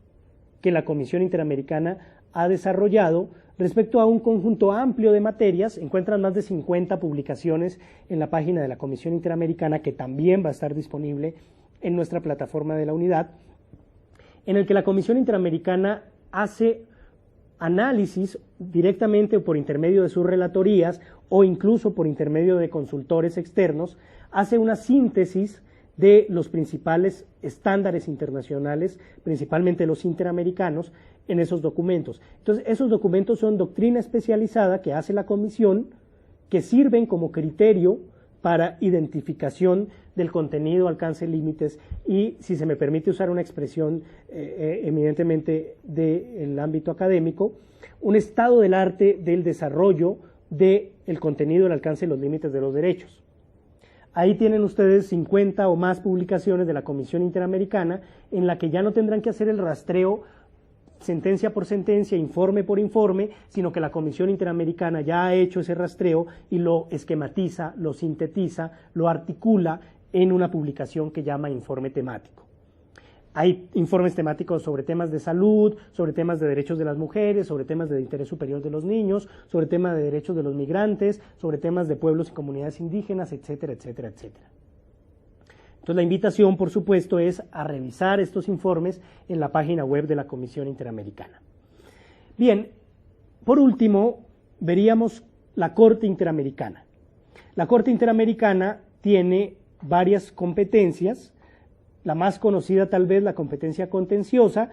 en la que resuelve demandas presentadas por la Comisión. Recuerden ustedes que ningún caso llega a la Corte sin haber pasado antes por la Comisión Interamericana, y que es la Comisión Interamericana la autorizada por la Convención, por el tratado, para presentar las demandas ante la Corte. Sin perjuicio de que hoy vivimos un sistema con un locus standi in judicio, con una participación de las víctimas en donde litigan los casos, a la sazón de la reforma reglamentaria de 2009, que entró en vigor en el 2010,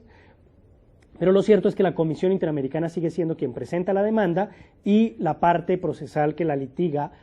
el caso será la víctima y sus representantes, pero ello no significa que la Comisión deje de participar.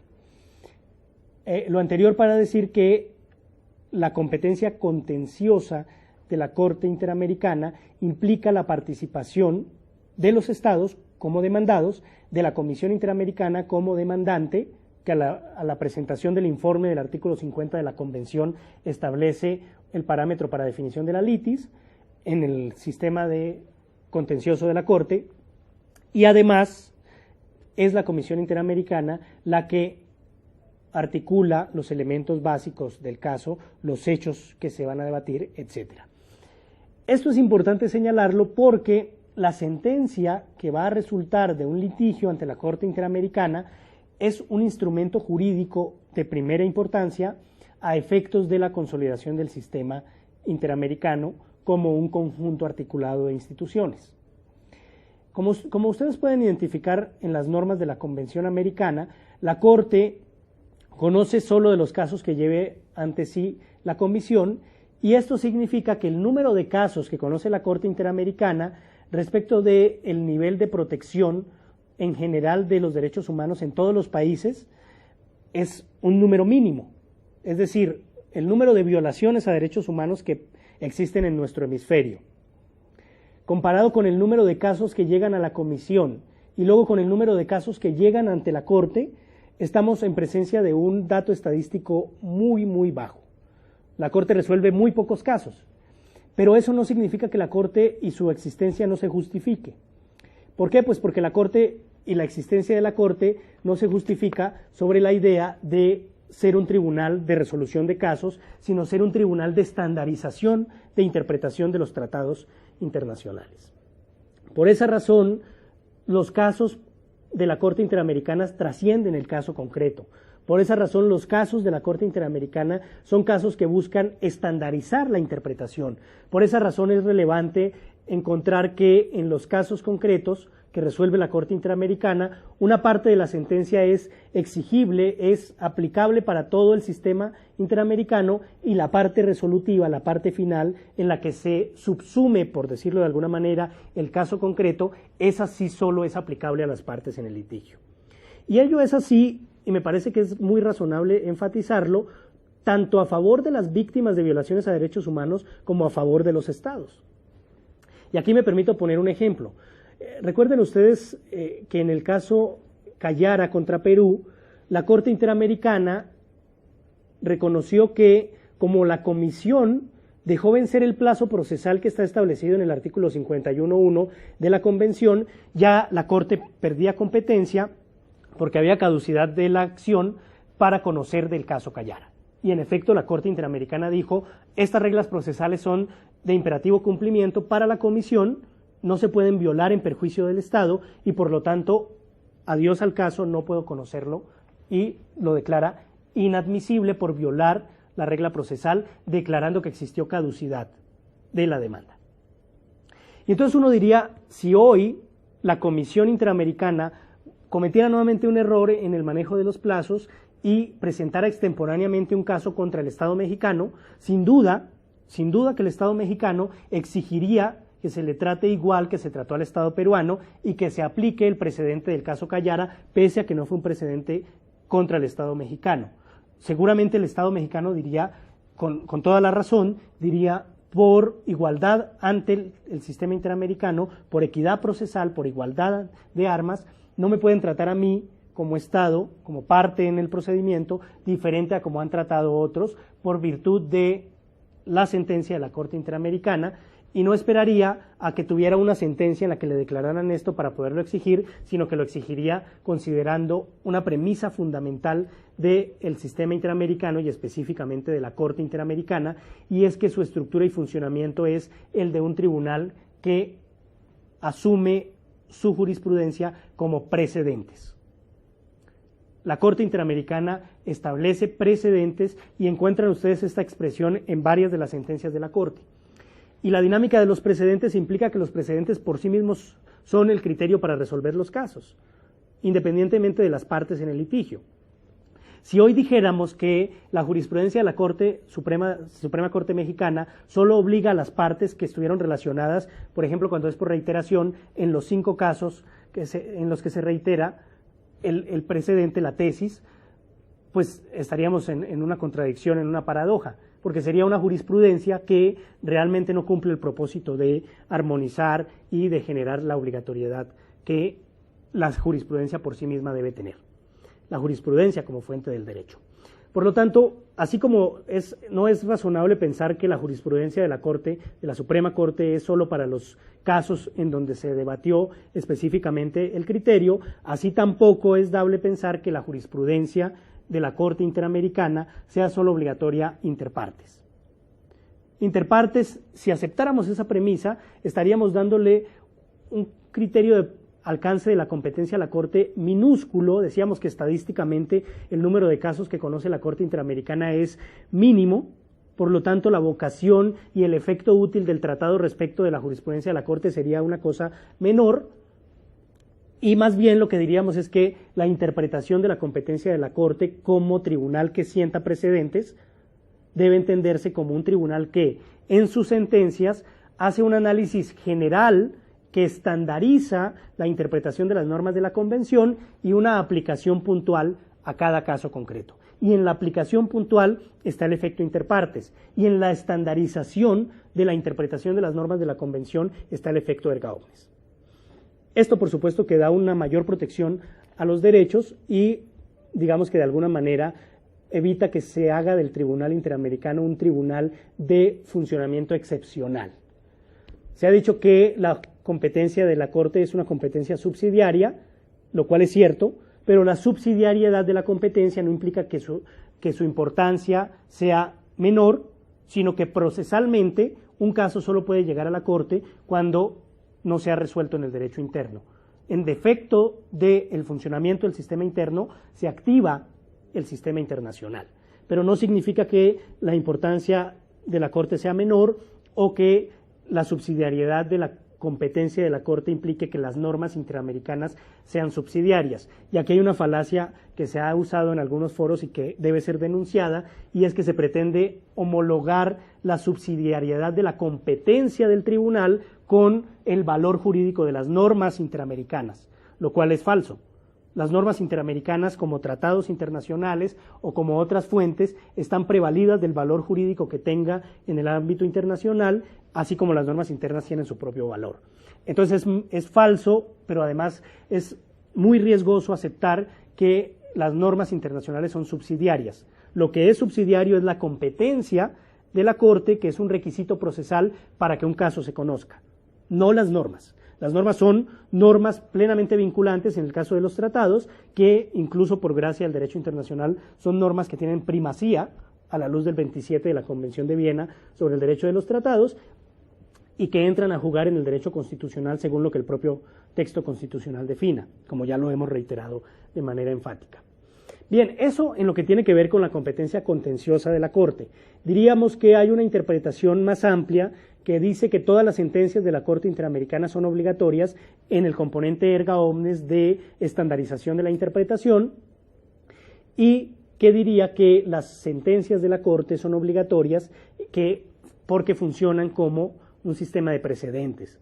que son obligatorias también por principio de buena fe, que son obligatorias bajo un argumento práctico de equidad y de igualdad ante la ley, de igualdad ante el sistema interamericano, no solo de los estados, en el ejemplo que poníamos de Callara, en donde claramente la Corte tendría que aplicarle ese precedente de Callara a cualquier estado, de Callara contra Perú, y asimismo tendría que aplicársele el precedente de cualquier otro caso a las personas. Es decir, por una razón práctica, lógica incluso si se quiere, la estandarización de la interpretación beneficia tanto a los estados como a las víctimas reales o potenciales de los derechos humanos, de violaciones a derechos humanos. Y esto es así porque la Corte se creó como un tribunal que busca integrar lo que en la lectura de Carpizo se denomina un jus comune latinoamericano, un mínimo común de estándares de interpretación de contenidos normativos. Bien, la competencia contenciosa de la Corte entonces se resuelve en sentencias que, insistimos, pueden ser obligatorias todas en su conjunto, o si se sigue la tesis menos amplia de la Suprema Corte mexicana, obligatorias las que son contra el Estado mexicano porque las litigó, y criterios orientadores solo aquellas en las que el Estado mexicano no haya participado como parte en el litigio. Bien, también tiene competencia consultiva la Corte, y hay un número significativo de opiniones consultivas, 20 en total, de las cuales 2 han sido solicitadas por el Estado mexicano, la número 16 y la número 18. Si se hiciera el mismo criterio de las opiniones que ha solicitado el Estado mexicano a la Corte le obligan, y las que no son criterios orientadores, diríamos que las opiniones consultivas 16 y 18 son obligatorias para México y las restantes son criterios orientadores. Sin embargo, mutatis mutandis, las opiniones consultivas de la Corte son equivalentes a las observaciones generales de los comités. Son el resultado de la interpretación autorizada de las normas de los tratados realizadas por el órgano competente creado para esos efectos por los estados y como materialización del objeto y fin del tratado. Por lo tanto, me parece que no cabe una distinción de si la pregunta la hizo el Estado X o el Estado Y, o si la hizo, por ejemplo, la Comisión Interamericana. Muchas de las opiniones consultivas de la Corte han sido solicitadas por la Comisión. Por lo tanto, llegaríamos a la paradoja de que esas no le obligan a ningún Estado y solo a la Comisión, lo cual, digamos, va en contra de una lógica sistemática en el orden interamericano. Entonces, digamos que esas 20 opiniones consultivas contienen una serie de interpretaciones que ha hecho la Corte Interamericana respecto a cómo deben entenderse normas puntuales de la Convención Americana o de otros tratados del orden interamericano. Tiene también la Corte una función precautelativa o preventiva, que significa que la Corte puede ordenarle a los estados adoptar medidas provisionales, medidas de protección de las personas y sus derechos. En ese sentido, tendríamos que ver que también las resoluciones que adopta la Corte Interamericana respecto de protección de personas o grupos tienen una fundamentación jurídica que se basa en los estándares interpretativos y que, además de esos estándares, se está aplicando el estándar al caso concreto. Volvemos a tener la misma idea del efecto erga omnes de la estandarización de la interpretación y del efecto interpartes de la solución del caso concreto. La función precautelativa es una función principal de la Corte, es una función muy valiosa y es una función que, si se me permite hacer un análisis contextual del derecho mexicano respecto a las medidas provisionales, esas resoluciones de medidas provisionales van a darle un sentido específico a dos temas fundamentales en el derecho mexicano. Uno, el deber la obligación de proteger los derechos, que está en el párrafo tercero del artículo primero constitucional, y dos, las medidas de suspensión que se adoptan en el amparo. La protección específica, las medidas cautelares que se pueden adoptar por parte de las autoridades judiciales federales en el ámbito del amparo, van a encontrar un referente conceptual jurídico obligatorio en la medida en que es interpretación de la propia Convención Americana de las posibles medidas. Y por último, la Corte Interamericana también tiene una función de promoción de los derechos y por ello encuentran ustedes en la página web de la Corte una serie de libros que por supuesto que no son obligaciones del Estado, pero que sí condensan, sí sintetizan, sí ayudan a dimensionar este fenómeno de las fuentes del derecho internacional de los derechos humanos. Bien, este es un panorama general de un tema amplísimo como es el de fuentes normativas del derecho internacional de los derechos humanos. La invitación es a organizarlas no sobre la tipificación que hicimos el día martes de las 7 fuentes, esas son un parámetro de análisis, sino sobre los sistemas y los órganos que las producen, que es la sesión del día de hoy. Por eso lo que se decía al inicio de esta presentación es que la intención es generar una herramienta práctica. Y la herramienta práctica tiene este componente. Identifiquen, como sugerencia por supuesto, las fuentes tomando los sistemas jurídicos universal o interamericano al que pertenecen, identificando el órgano o la instancia que las produce. En el sistema universal dijimos o bien los 3 órganos principales de la Carta, que serían Asamblea General, Consejo de Seguridad o el Consejo Económico y Social, o bien los órganos especializados en derechos humanos, que serían el Consejo de Derechos Humanos, los 9 comités y el subcomité, o los 40 procedimientos especiales. Si hacemos una suma aritmética, diríamos que aproximadamente tenemos 53 órganos, 54 órganos del sistema universal que pueden estar definiendo contenidos y alcances de derechos humanos. Y en el sistema interamericano tendríamos 2 órganos principales.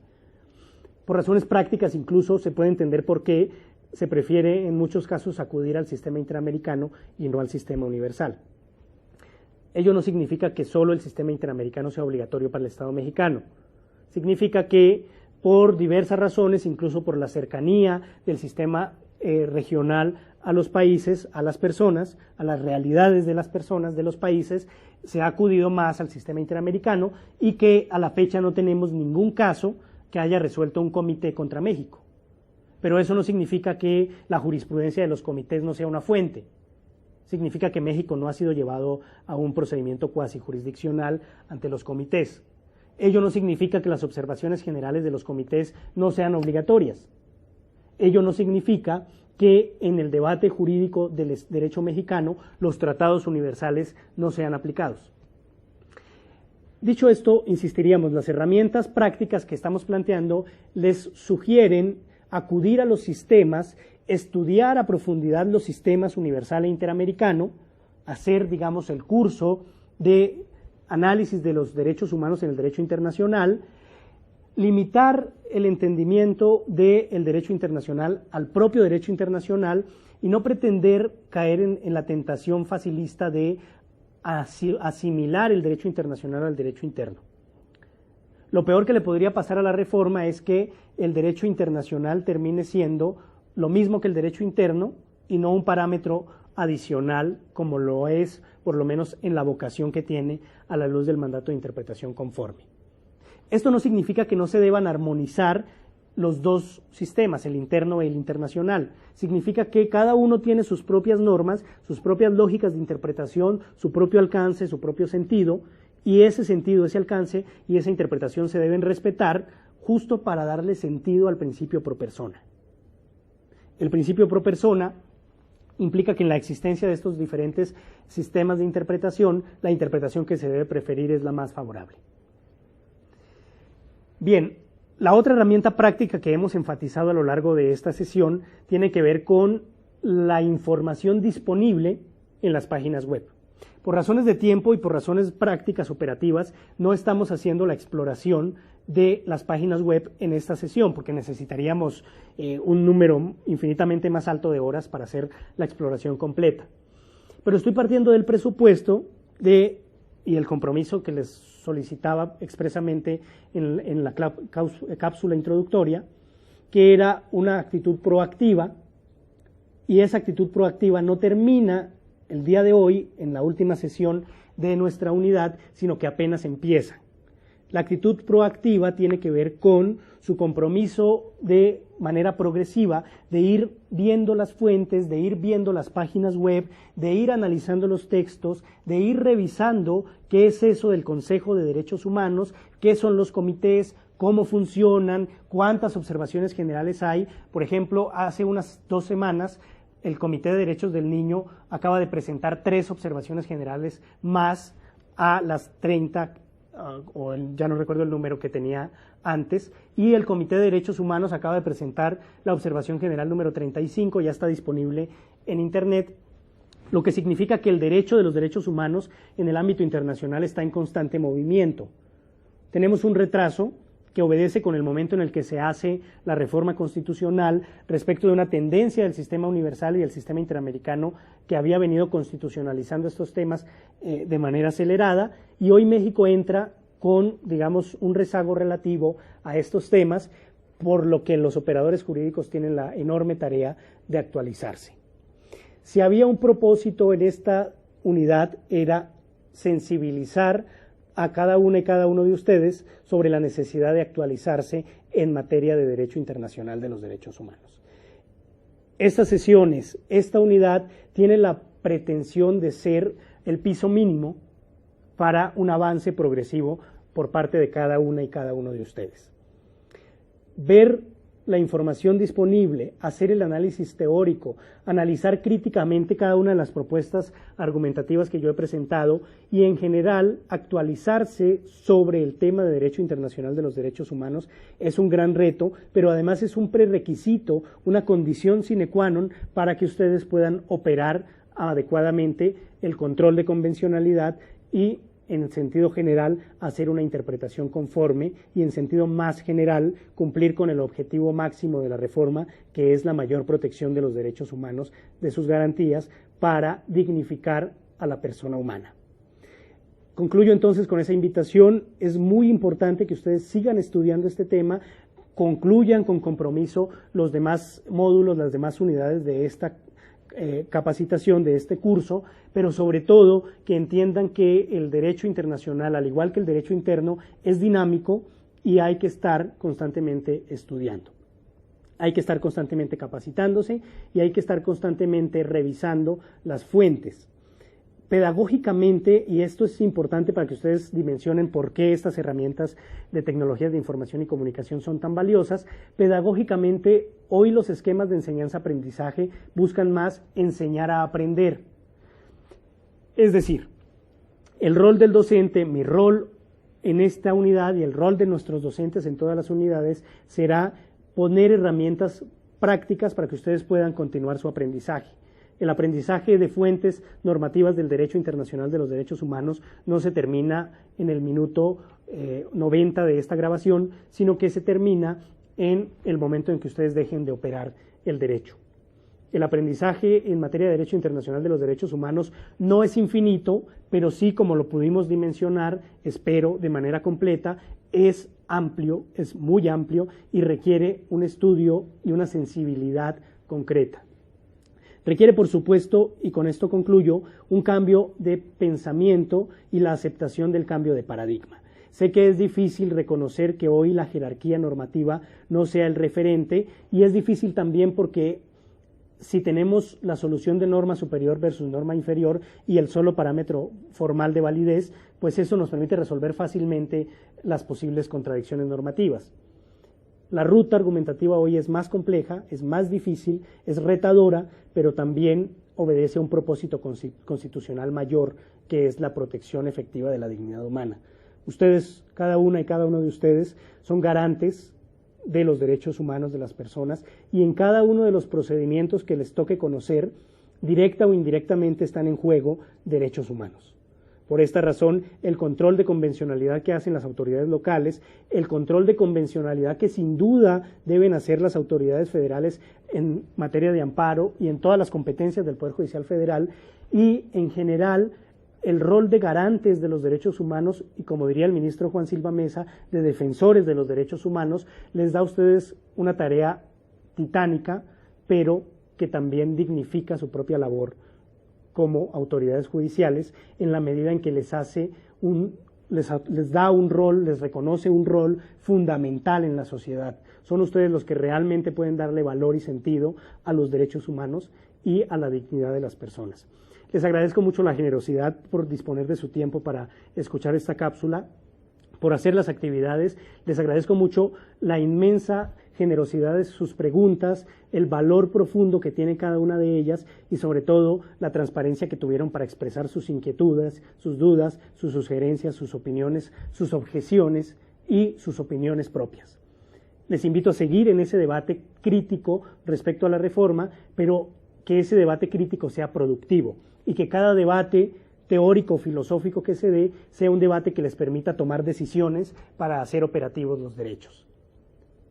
Una de las críticas más fuertes a la reforma es que no tiene mecanismos específicos para hacerla operativa o que los mecanismos no son claros. Nosotros mismos tenemos que generar una forma de superar esa crítica bajo la idea de que nuestras reflexiones, nuestras discusiones, nuestros debates concluyan en una decisión de cómo hacer operativo el problema jurídico sobre el que estamos debatiendo. Si el debate hoy es supremacía versus primacía y decimos que los tratados internacionales son parte del principio de supremacía y que en ese sentido operativizar el artículo primero nos da la posibilidad de, si bien cambiar el sistema jurídico, también hacer efectivos los derechos, pues estamos haciendo un gran favor a la plena vigencia de los derechos. Si nos quedamos en la discusión permanente del principio de supremacía, lo único que se va a lograr es constituir obstáculos a la garantía efectiva de los derechos.